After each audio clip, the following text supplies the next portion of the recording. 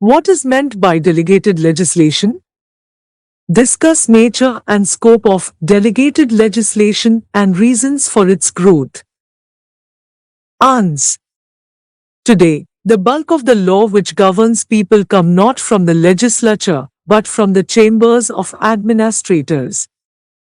Delegated legislation, or administrative rulemaking, a quasi-legislative action, in simple terms refers to all lawmaking which takes place outside the legislature and is generally expressed as rules, regulations, orders, bylaws, directions, scheme, etc. In India, the term commonly employed is also subordinate legislation. It conveys the idea that the authority making the legislation is subordinate to the legislature. Delegated legislation is different from the executive legislation, where the executive may have lawmaking powers as vast and original as that of the legislature, e.g., ordinance-making power of president and governors. The simple meaning of the expression delegated legislation may be given as under. When the function of legislation is entrusted to an organ other than the legislature by the legislature itself, the legislation made by such organ is called delegated legislation. According to M.P. Jain, the term delegated legislation is used in two senses. It may mean a. Exercise by a subordinate agency of the legislative power delegated to it by the legislature, or b. The subsidiary rules themselves, which are made by the subordinate authority in pursuance of the power conferred on it by the legislature. In its first application, it means that the authority making the legislation is subordinate to the legislature. An authority other than the legislature exercise of the powers delegated or conferred on them by the legislature, it exercises the legislative powers. This is also known as subordinate legislation, because the powers of the authority which makes it are limited by the statute which conferred the power, and consequently, it is valid only insofar as it keeps within those limits. In its second connotation, delegated legislation means and includes all rules, regulations, bylaws, order, etc. Reasons for growth of delegated legislation. Many factors are responsible for the rapid growth of delegated legislation in every modern democratic state. The traditional theory of laissez-faire has been given up by every state, and the old police state has now become a welfare state. Because of this radical change in the philosophy as to the role to be played by the state, its functions have increased. Consequently, delegated legislation has become essential and inevitable. The factors responsible for the growth of delegated legislation are: a. Pressure upon parliamentary time. As a result of the expanding horizons of state activity, the bulk of legislation is so great that it is not possible for the legislature to devote sufficient time to discuss all the matters in detail. Therefore, legislature formulates the general policy, the skeleton, and empowers the executive to fill in the details, thus giving flesh and blood to the skeleton so that it may live by issuing necessary rules, regulations, bylaws, etc. b. Technicality. Sometimes, the subject matter on which legislation is required is so technical in nature that the legislator, being himself a common man, cannot be expected to appreciate and legislate on the same, and the assistance of experts may be required. Members of Parliament may be the best politicians, but they are not experts to deal with highly technical matters, which are required to be handled by experts. Here the legislative power may be conferred on experts to deal with the technical problems. C. Flexibility. At the time of passing any legislative enactment, it is impossible to foresee all the contingencies, and some provision is required to be made for these unforeseen situations demanding exigent action. A legislative amendment is a slow and cumbersome process, but by the device of delegated legislation, the executive can meet the situation expeditiously. D. Experiment. The practice of delegated legislation enables the executive to experiment. This method permits rapid utilization of experience and implementation of necessary changes in application of the provisions in the light of such experience, e.g. in road traffic matters, an experiment may be conducted, and in the light of its application necessary changes could be made. E. Emergency. In times of emergency, quick action is required to be taken. The legislative process is not equipped to provide for urgent solution to meet the situations. Delegated legislation is the only convenient, indeed the only possible remedy.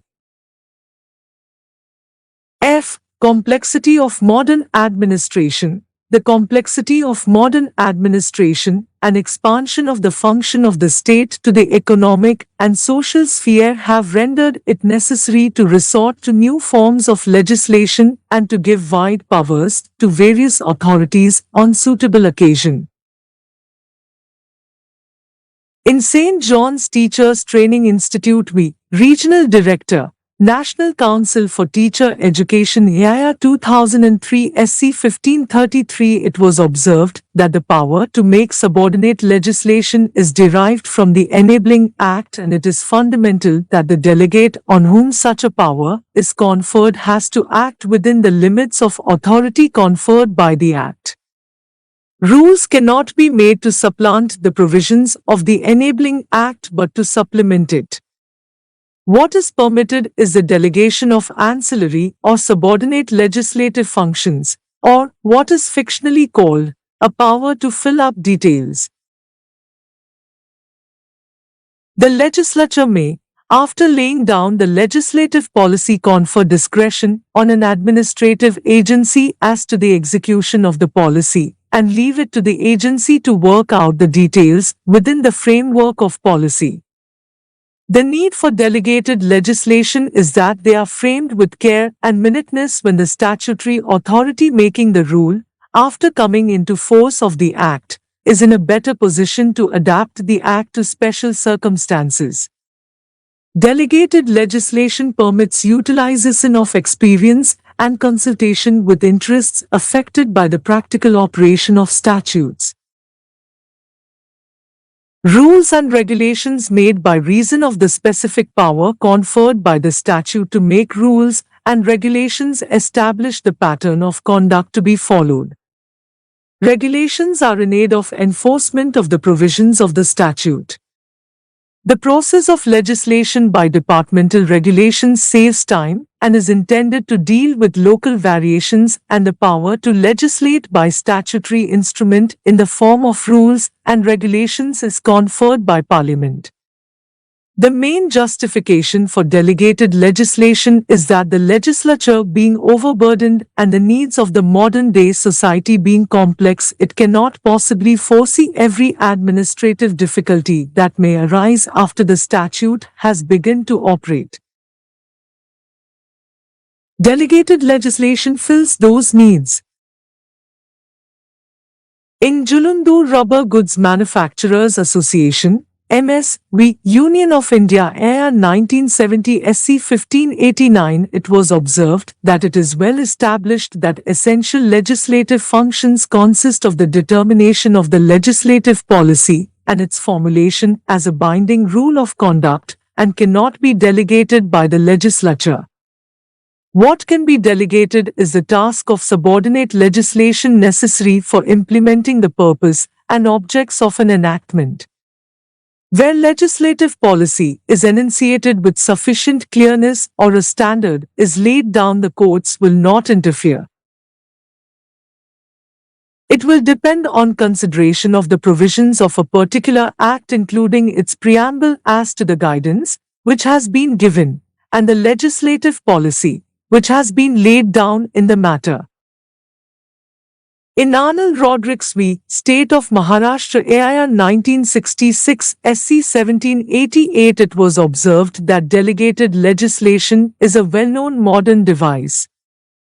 In view of the complexities of modern life, it is not possible for the legislature to find time to make all the detailed rules which are necessary to carry out the purposes of an enactment, so it delegates to an appropriate executive authority the power to make rules. But before doing so, the legislature itself enacts the law under which the power is delegated and lays down the essential policy of the Act and all such essential matters which require to be included in the Act itself. Having thus provided for all such essential matters in the enactment itself, the legislature leaves it to a subordinate authority, which may be some appropriate executive authority, to frame detailed rules to carry out the purposes of the Act. These rules are ancillary and subserve the purposes of the enactment. They cannot go against the provisions of the enactment and cannot in any manner make any change in the provision of the enactment and are merely for the purpose of carrying out the essential policy, which the legislature has laid down in the enactment itself. These rules are called delegated legislation, and it is important to remember that this delegated legislation cannot in any way change the provisions of the enactment itself and must only be resorted to for carrying out the purposes of the legislation itself.